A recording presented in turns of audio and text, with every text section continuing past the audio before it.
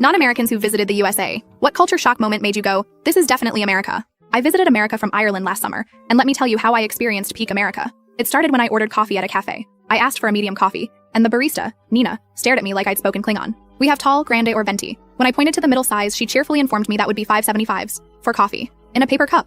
I nearly fainted. When I mentioned the price, Nina laughed and said, wait till you need healthcare. Later that morning, I was on the subway when a complete stranger sat next to me and immediately asked what I did for a living, my thoughts on the local sports team, and if I'd found Jesus. In Ireland, we don't even make eye contact on public transport, let alone discuss religion with strangers. When I gave short answers hoping he'd stop, he handed me a business card for his combination tax preparation, spiritual counseling business. Then I went to a diner where my waitress, Sydney, introduced herself with jazz hands and told me her life story before I'd even opened the menu. When I ordered, she asked if I wanted soup or salad. I said salad, and she brought me a super salad, which was apparently a thing. When I explained the confusion, she laughed so hard she had to sit down in my booth for a full minute.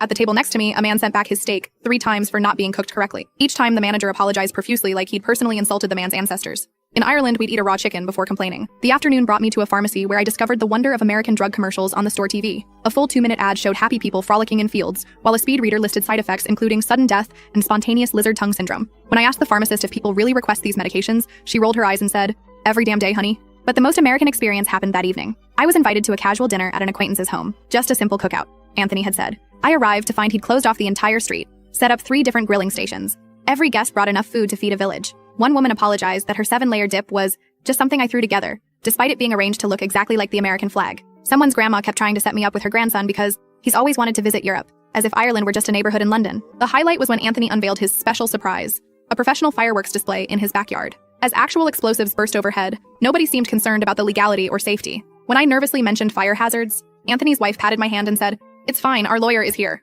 while pointing to a man doing flaming tequila shots. As I stood there watching a bald man in an Eagle t-shirt cry real tears while God Bless America played during the fireworks finale, I had my definitive This is America moment. Then Anthony's neighbor called the cops because the fireworks scared his emotional support peacock. When the police showed up, I panicked. In Ireland, this would end badly. But the officers just grabbed plates of food and watched the rest of the show. One even helped light the grand finale while still in uniform. I left at 2 a.m. with 14 containers of leftovers, 3 invitations to Thanksgiving from people I'd just met, and the business card of a cop who has a cousin in Dublin and offered me a place to stay anytime you're in the area. America, you beautiful, bizarre country. Never change.